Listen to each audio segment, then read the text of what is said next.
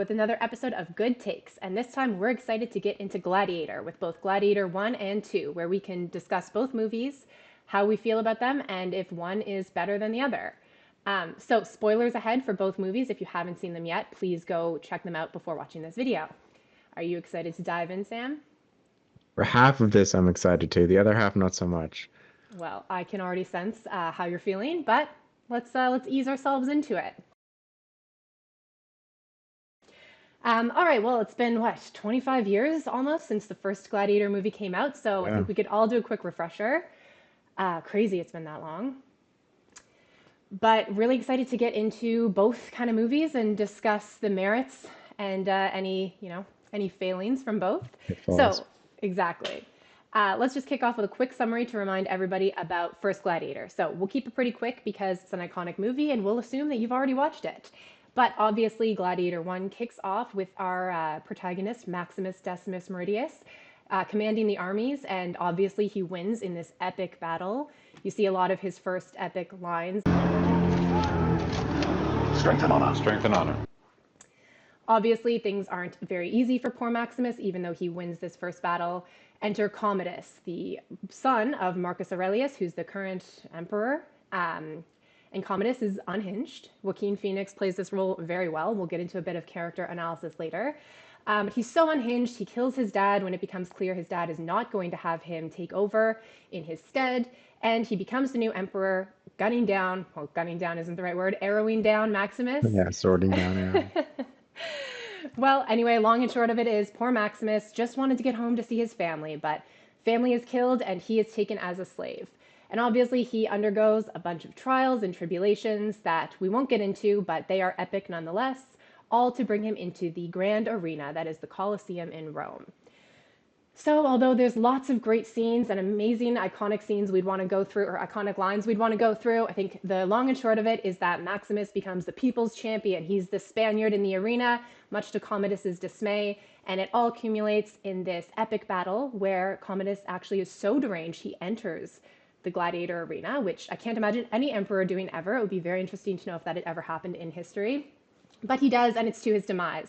Maximus wins. He proclaims that Rome should be ruled by a Senate once again, falls to his tragic death, and there ends one of the most perfect movies I've ever seen in my life. There was a dream that was Rome. It shall be realized. These are the wishes of Marcus Aurelius. Did I Okay. miss anything major? No, I think you hit all the major plot points. Um, and that's where two picks up. Maximus has you think everything is great, and that Maximus and his noble sacrifice has made the dream of Rome come alive, but just a mere 16 years later, apparently none of it worked out. Strife Um, continues. Yeah. So the second one is actually very similar to the first, beat for beat. It opens up with a large scale battle. You have the hero and his family. I mean, it's not a wife and child, it's just a wife, but nevertheless, the wife gets unjustly slaughtered, and that kind of sets off the course of vengeance. This time we have Hanno and not Maximus. But after this, I forget the city that it's somewhere in North Africa. Yeah. Hanno is defending against the Roman invasion. It's a siege. It's a siege from the sea this time around, which at least we didn't really get to see much sea action in the first one. So True. at least they tried to do something a bit different.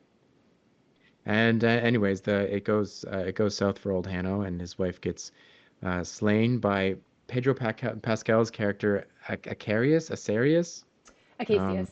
General Acacius. Yeah, okay. The Acacius. names are always they're jumbling around. Acacius, yes. And he's much like Commodus in the first, is he's the prime target of our hero and his quest for vengeance. Almost Um, unjustly, though, as you start to see how it weighs on poor Pedro, or yeah, General. oh, absolutely. And yeah, so Hanno gets captured and becomes a slave, much like Maximus, and he's forced to fight in the arena. And this time around, the arena fights are a little different, a little more CGI, a little larger scale battles. They have you fighting some baboons. There's a really cool naval battle that happens inside the Colosseum when Hanno eventually gets to Rome. Loved that Uh, one. yeah, because outside of Acacius, is it? Hmm. Again, yeah. Outside of him, there's now two unhinged emperors. the twins, Geta and Caracalla, or Call something them the like that. twins. I'm not, I Yeah. can't. And they're far more deranged than Commodus. At least Commodus had some, I don't know, he had capability. A He little wasn't entirely gravitas to lost. his insanity, right? Yeah, exactly. There, some blue blood was still in him, but these guys are totally lost. And for Maximus had Proximo, and Hanno got Denzel, who is again the names like Macronus. Macronus, yes, Macronus, who does an excellent job. Crowd loves blood, and they love those who love blood as much as they do. And you, my friend, rage. And Hanno's sole purpose is to get his vengeance on I gotta look it up, Acracius. But Casius. Just call him Pedro Pascal. yeah, it's easier. But things don't go as planned. And we get a little more character in depth, which we'll follow up with the summary. Essentially, all we need to know is that Rome is falling. The Senate is the dream of the Senate, and Rome being a republic is long gone. And Hanno's mission is to he starts off hating Rome, and he gets inspired by the stories of a certain progenitor who turns out it was his father, Maximus. The spirit of Maximus Spoiler. lives on through his son, and we have a very similar plot where there's a final confrontation this time outside of the arena, and perhaps the dream of Rome can come true. There's a final clash against all of the villains, and if you've seen the movie, yeah, that's pretty much all there is to say as far as I'm concerned.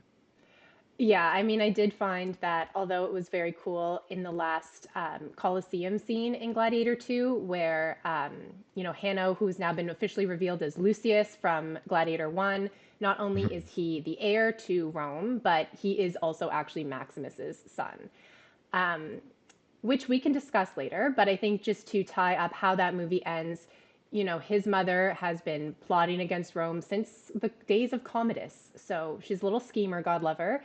And it does finally catch up with her where she is actually tied to a stake in the Colosseum. And Lucius is supposed to be her only defender. He manages to get all the gladiators to break free, so they all help him defend her. And it looks like he's going to do it until Macronus, our boy Denzel, lines up that crossbow and boom, just gets his mom Lucilla. So a sad ending there, but I feel like it would That's have been very politics. cool. That is politics. I mean, Macronus does it best. But I think it would have been cool to end that movie in the arena as well, versus having Macronus flee the city on horseback. Lucius Hanno follows him. They have this fight in the river, and then Lucius Hanno ends up winning. To me, it just felt like it kind of fell flat. I feel like it should have ended in the arena just like the last one. And for any argument saying, well, they didn't want to make it too similar to the first one, they already completely failed in that. It is the same plot. Yeah, The best it's lines the are the same ones movie. from the first one. So why not just take it all the way home and end it in the arena? But regardless, they chose not to do that. That is how Gladiator 2 wraps up. And you can hope that for at least 16 more years, we will evade the potential for Gladiator 3. I Um, think it's coming, oh, unfortunately. God. Are you serious? Well, maybe I don't that's know what the where they people pick need. up, but yeah, we can touch on that when it does come. It is plot for plot, and I do agree with that. They should have just committed all the way because it was essentially almost a one-to-one. Some of the changes they made were interesting. Most I thought weren't.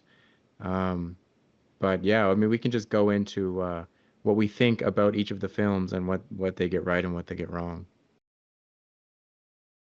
Very quickly, my take on Gladiator 1 is it has been one of my top five favorite movies of all time, I think, since I first saw it.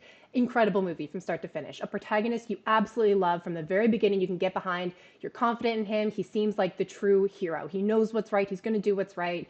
Meanwhile, you have him alongside a pretty complex antagonist. Commodus, and Joaquin Phoenix in playing him, is an incredible character. You love to hate him. He's freaky, he's creepy, but you don't want him to win, but you kind of want to see what he's going to do next. He's so Mhm. engaging. So having the two of them pitted against one another, there's also the backstory where Marcus Aurelius, Commodus's father, clearly preferred Maximus. So they had this little bit of rivalry going on. There's some epic lines where Maximus actually taunts Commodus about that in the movie. So the way that the protagonist and antagonist are lined up is already great. Then you've got these supporting characters like Juba, who's the other gladiator with Maximus. Incredible character. You don't see a ton of him, but you see that he's, he has a lot of honor, a lot of strength and courage. He's the actual final scene in the first Gladiator, burying the Mhm. wooden carvings of Maximus's son and wife. And then Proximo, who I didn't really talk about in my summary, but the kind of head of the gladiators, he's also an incredible character. I love that scene where he's telling Maximus that he was freed by Marcus Aurelius, and Maximus kind of laughs at him and is like, "You knew Marcus Aurelius." And he snaps back, "I didn't say I knew him, I just said he touched me once." And anyway, he just, that actor, and I forget his name now, but he's such an iconic English actor. He just does such a great job. So Yeah, he all that to does. say, main cast, supporting cast, 10 out of 10. Plot, 10 out of 10. Writing was epic. And, there were some really great fight scenes without the need for CGI. Like that tiger scene in that first one. And I've seen some videos describing how that was a lot of puppet use along with real tigers. Yeah, you can kind Epic of tell, use. but It was it 25 is years great. ago. Yeah, no, it's awesome for the time, and they obviously used real. I think even real tigers were there Yeah, when Russell Crowe was shooting the scene. When they go absolutely. for the kill, but like you said, it's 25 years. It's not jarring. It And doesn't it's quite hold contained. up, but it's Yeah. good for the time. Yeah, exactly. I feel like the first one, and much of this is probably due to the lack of CGI that was available, but it's less of a spectacle than the second one, which, depending on what you like, it can be good or bad. But it is much like what you just summarized there. It's more of, in my mind anyways, like a character study. It's Yeah. far more character oriented, I think, than the second one is, and it has much stronger characters. Um, like you Agreed. mentioned, Proximo is great. Juba is great. I forget now the Barbarian. I think he's like a German guy or like from Yes, the the very tall West. guy. Um, they had their rapport, like the synergy between the three of them. How they go from Maximus is the one who just doesn't want to fight, much like his later son, to then forming this camaraderie. It's natural. The movie's a little long, but it earns it because of these like slower character moments. Totally agree. It is a long movie, but I think to your point, it's needed to be able to set up all those different characters. You get way more than just Russell Crowe and Joaquin Phoenix. And Lucilla too has an entire story and backstory Mhm. and history with Maximus that's explored, and she's a really strong character, has a great role too. So yeah, Yeah, I they agree. really It's a very linger fleshed on the out film. Aurelius family, and like you were mentioning the genius of Joaquin in the role, and it is like you do get a lot of time to understand why he feels the way that he does. It's not that Totally. it's justified, but it's like he never felt like he was loved by his father, and as you mentioned, Maximus is not only is going to carry the power at least until the Senate can be reinstated, full power, but it's more of like it was the fact that Marcus loved Maximus I think more of even, us as a son. and he says that at one point, you should have been my son, or something along Yeah. those So lines. And Freud would have a field right. day with Old with Commodus Commodus. here. Yeah. Yeah, absolutely. And that's kind of a nice segue into Gladiator 2 because there were some characters I felt we got an interesting backstory from, but it kind of begs the question of who was the true villain of Gladiator 2 because at first it's positioned to be these psychotic, deranged twins, but you don't get a ton of backstory. You do learn that the smaller one, has some sort of something going on that the Disability. older one seems aware of. But you don't really get a backstory on them. However, where Gladiator 2 does bring in some interesting backstory is around Macronus. And I think Denzel Washington was easily the best thing about Gladiator 2. I'm a huge Pedro Pascal fan, and I think he played that role well, but just don't think there was a lot for him to really do with it. So I don't know. It fell a little bit flat to me, but I did really like Macronus. It's an interesting reveal at the very end when he's speaking to Lucilla and, says, "Do you recognize your father's mark on me?" And kind of explains that he has risen up the ranks of essentially slavery of the Romans to lead and rule Rome. And so you can see his ambition. And yeah, he's an interesting, complex character, but nobody else really felt like they gave that complexity. And even though I do like Lucius Hanno, he's a great actor, and I think he played it really well. I just didn't get as connected to him as I was with Maximus for whatever reason. No, I think the performance was dead. Like he did. I don't want to say the actor did a bad job. I just don't think that there was enough material for him to work off of, much like Pedro's character, Right. Acrisius. Yeah, Acacius. Casey. Get these names, these Roman names. Um, yeah, again because the second one is also a long movie, but it's all in my mind, anyways. It's all spectacle. You don't get these slower plot moments. So I thought Acacius could be a way. Like I really like the character of him. I think that the dynamic that they set up of how, he was just a Maximus, essentially a beloved general, doing his duty to Rome, And the fact that he happened to kill Ashtar, whatever Lucius's Hanno's wife's name is, that's just the cost of war and being, at the forefront of Roman expansionism. But so I thought the dynamic lining up there was great, and it turns out like, oh, like Cassius loves Lucius's mother, and there was a lot there. So I thought that was actually the best part of the movie is the potential in that dynamic. I don't really think it came off as well as it could have, just because for whatever reason, despite the very long runtime, you don't get these like you don't get these character moments. You don't get these more of like not monologues, but it doesn't stay in a Hmm. scene for very long. Every shot is no more than 3 seconds. It's going, going, going, That's and I really think it really takes interesting. away. And but I do Hmm. agree with you. Macronus is he had the best performance, Denzel, Yeah. and the character at least he was the most Commodus-esque, where it's like he had capability, the ambition, and there was like a through line for his plot. Hmm. Um, Yeah, like the most Lucius, fleshed out I character. was nothing close to Maximus. I Yeah. think the line delivery was like flat. I don't know. I thought that the long and the short is I think Gladiator 1 has a lot of soul, and this one, much like the Colosseum itself, this was just pure spectacle. Yeah. I completely agree. The heart of the first Gladiator, it's just a movie of pure heart. You're invested in every character, even the villains. I did not feel invested in anyone except kind of Macronus. I was sort of rooting for him at the end because I was like, he's Mhm. crushing it. But obviously, he's evil, and I'm glad it did not work out for him. But I think that's a really good point. And there's actually the only scenes, and I don't have a ton of analysis on this because I didn't dive too deep into them, but the only scenes in Gladiator 2 that I felt echoed any of that heart were the scenes between Lucius, Hanno, and the doctor, Ravi, where they would have Yes. these moments. And then there is that final scene, and it's a carbon copy of Gladiator 1, where, it's the eve of the final gladiator fights, and Maximus is going to lead an army to save Rome. But no, this time it's Lucius, and he's going to lead the army to save Rome. And he gives his Maximus's ring to Ravi to go rally the armies. And Mhm. that scene where Ravi drops it down in front of the general and he's like, "Who'd you get this from?" And he's like, "The heir, Lucius." And, that was a moment where I was like, "Oh, that's cool." But I think that might have been the only moment in the second Gladiator that gave me the sort of chills that I had from start to finish with Gladiator 1. Agreed. And I don't know who the actor who played Ravi is, but he's the main reason why Ravi was one of the better characters in the film by far. Yeah. Certain most more super interesting. Um, and he was believable. Like where a lot of these guys in my mind just weren't. He was super believable in his role as like the retired gladiator doctor.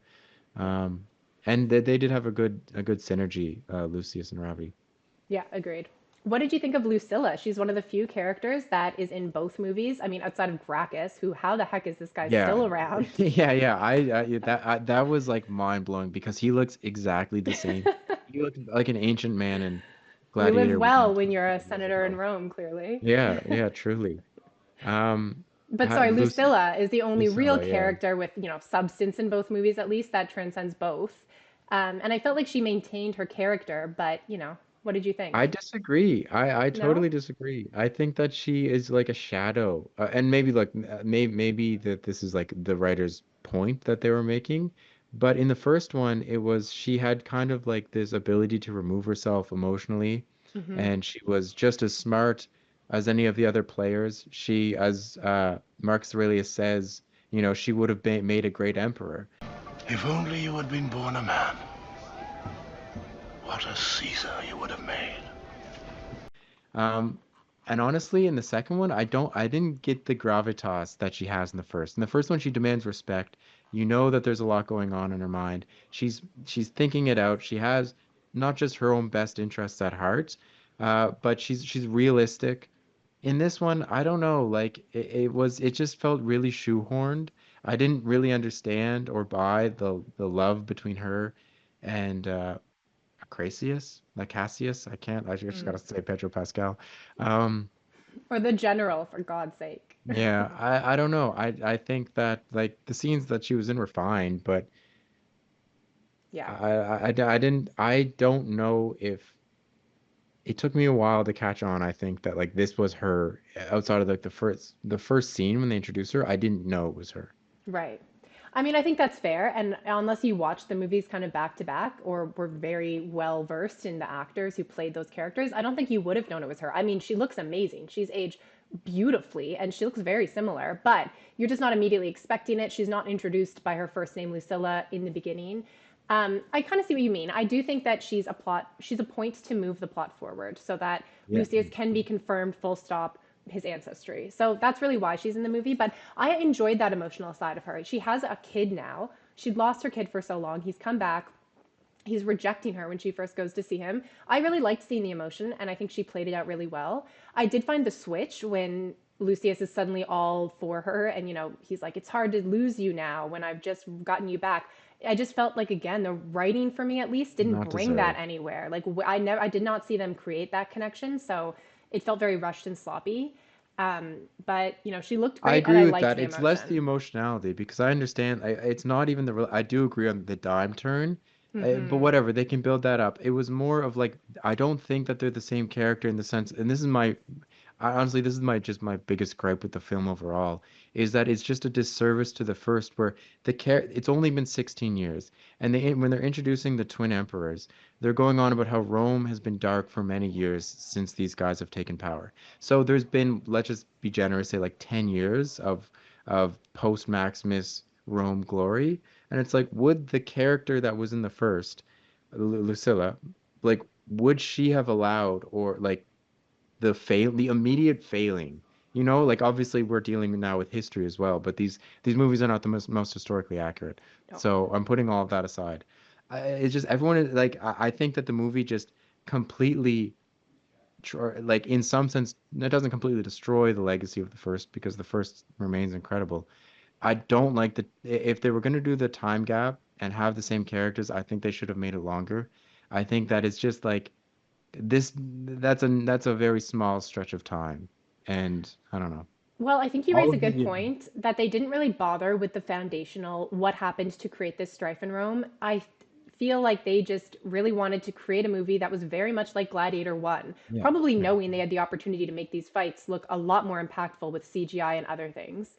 And so they just kind of filled in the hole with this big, hey, Rome's still in strife. Here's the new antagonists, go. And so there was no context or setup. And it does sort of undermine Lucilla's role overall because she was clearly going to be instrumental in bringing Rome to this, led by the Senate, peaceful time that we hope to see after Maximus. And it looks like, oh, she failed. These twins are crazy. They're in charge, and that's it. And you don't really get any. So, justice for Yeah, Lucilla. I exactly. agree. She would have done better, but we don't know what happened. She admits in the first one she's been living in a prison of fear since Commodus became emperor. Who knows what would have happened to her in the aftermath of Maximus. So I don't think it's her fault, but I do agree that she didn't get the proper backstory or context needed to understand why we're back in this bad times for Rome. Hmm. But I think the long and short of it is they just needed a basic plot point to move this along so Yeah, they yeah, could give us sure, another sure, fair Gladiator enough. movie. But I don't, I yeah, Yeah. you know, and there were some strange things just about just to go back to the spectacle bit. The first true like gladiator scene, when Lucius has to fight the baboons. I don't know Hmm. if you remember the baboon dog. I was like, what was that? It was like a massive, Yeah. like Yeah. it almost seemed like a zombie baboon. It didn't like, I I don't hated the baboons. I'm know. not gonna lie. It was They kind of cool when he freaked me bites out. them. Oh, And I then I did not thought like when they're it. making fun of him after this battle and the other gladiators are making fun of Hanno at the table, I thought Yeah. that was like, okay, like maybe he's gonna get like a cool like moniker or a nickname or something. Like this monkey Like thing the is gonna go. Spaniard. Yeah, exactly, exactly. And then it's just gone because the movies just move so fast. Yeah, Um, I Yeah, agree. yeah. I mean the fight with the ships and I roamed I don't know how many times they did this, but the Colosseum was flooded for smaller ship battle reenactments to happen. Yeah. So I think that was actually a really cool rendition and a great way to show modern technology. They added sharks in there. I think that was Loved probably a it. little I loved overkill, it. I don't care. but you know, uh, so I don't know. Like the movie was really fun to watch in some sense, Yeah. but I can't, and I don't even, you're not supposed to because the whole plot is dependent on the first. I can't separate them. And by not No. being able to do that, I think it was a really bad film. I mean, it is hard when it's at the heels of a legacy film that so many people have lauded as incredible. Like I'm pretty sure Russell Crowe won an Oscar for Best Actor in First I believe it. Gladiator. It's an amazing film, a genuine 10 out of 10.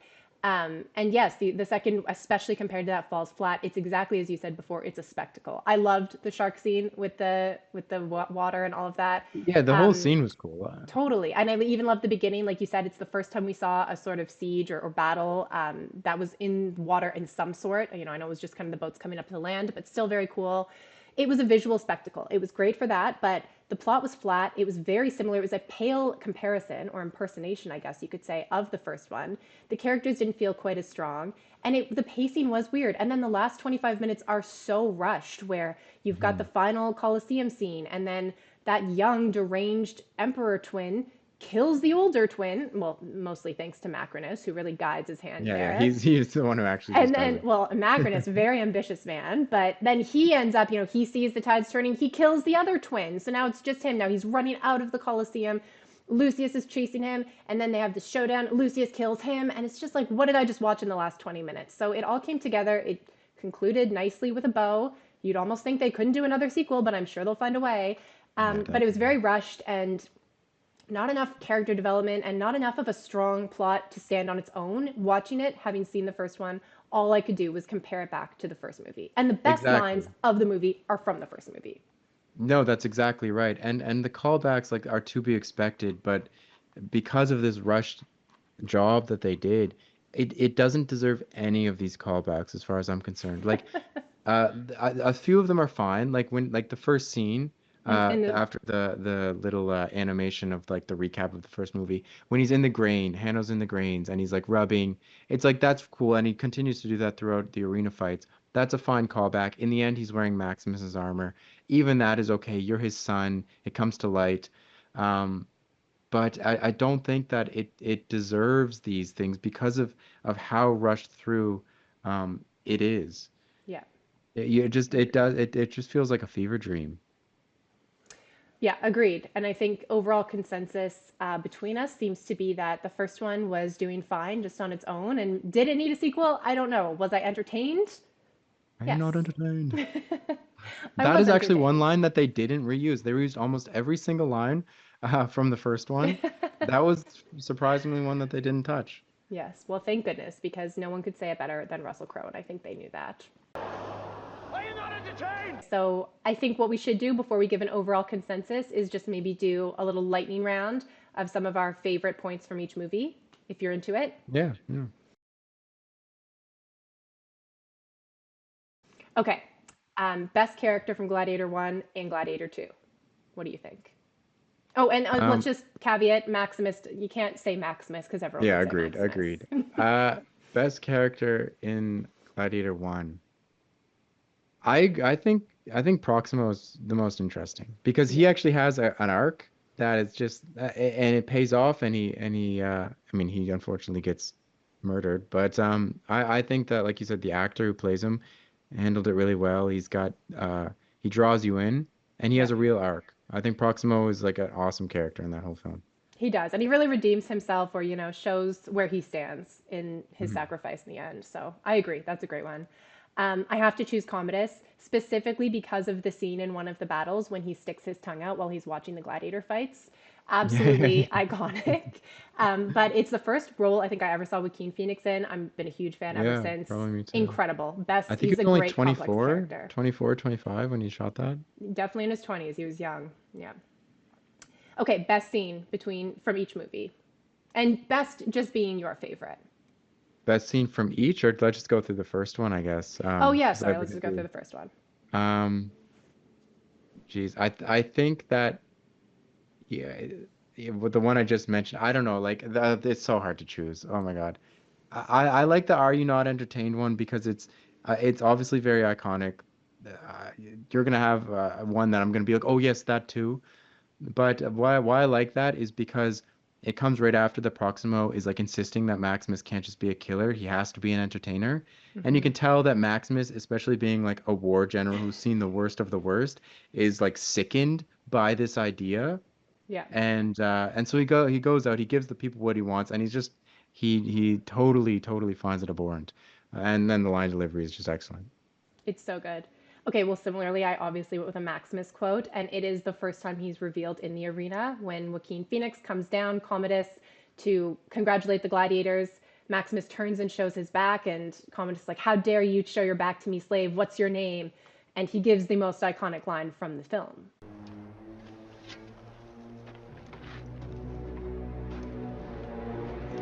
My name is Maximus Decimus Meridius. And that's it. I mean, how can it not be your favorite? Chills instantly. Yeah, superb. And there's so many moments like that. Like we won't linger. The opening scene, like which they call back to many times. Incredible film.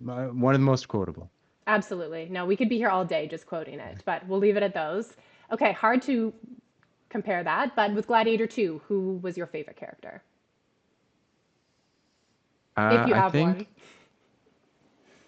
it's a toss-up between Macrinus and Acacius, Yeah. Gracius.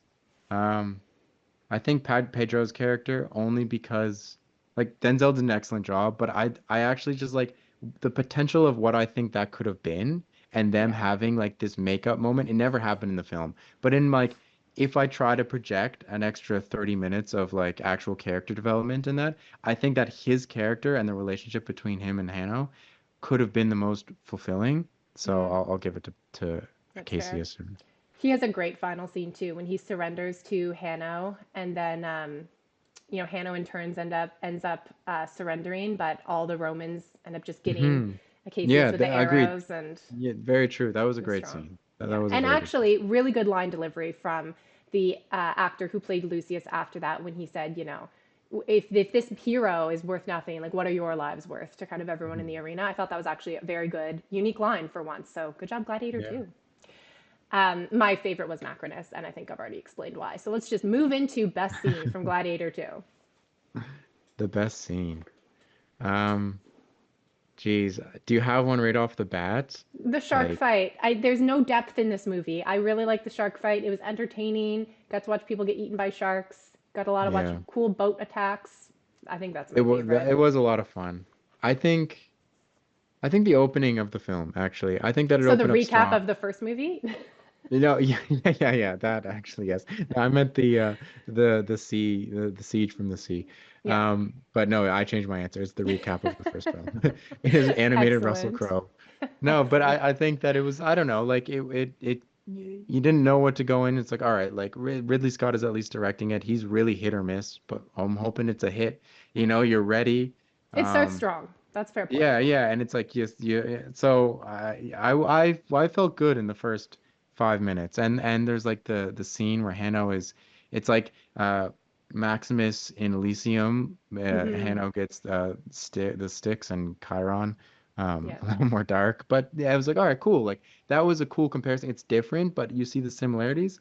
So the first scene, it started off strong and then downhill from downhill there. from there. Yeah, I'm glad you brought that up though, because I thought that scene when he watched his wife get onto the boat with, I assume, Charon, on the river Styx, that was very cool, and I really liked, like you said, it was a call to the eternal, but in a different way than Gladiator One. For once, they did something different that actually worked. So great Yeah. job for them. Okay, best line. I mean, I have one, but it's fair if you don't. My favorite line from Gladiator 2 is absolutely when the younger twin is supposed to name kind of like a head of Senate or whatever, and he's supposed to name Macrinus, but instead he names his monkey Dondus, and he's yelling, Yeah, "Hail Dondas. Dondus!" Easily the best line. Yeah. Well, so much energy given. Um, yeah, I honestly kind of blanked the whole scene where both Acacius and Hannah like surrender in the arena. I don't remember any line deliveries. The best line that comes out of Hanno slash Lucius's mouth is Virgil. Uh, The gates of hell are open night and day.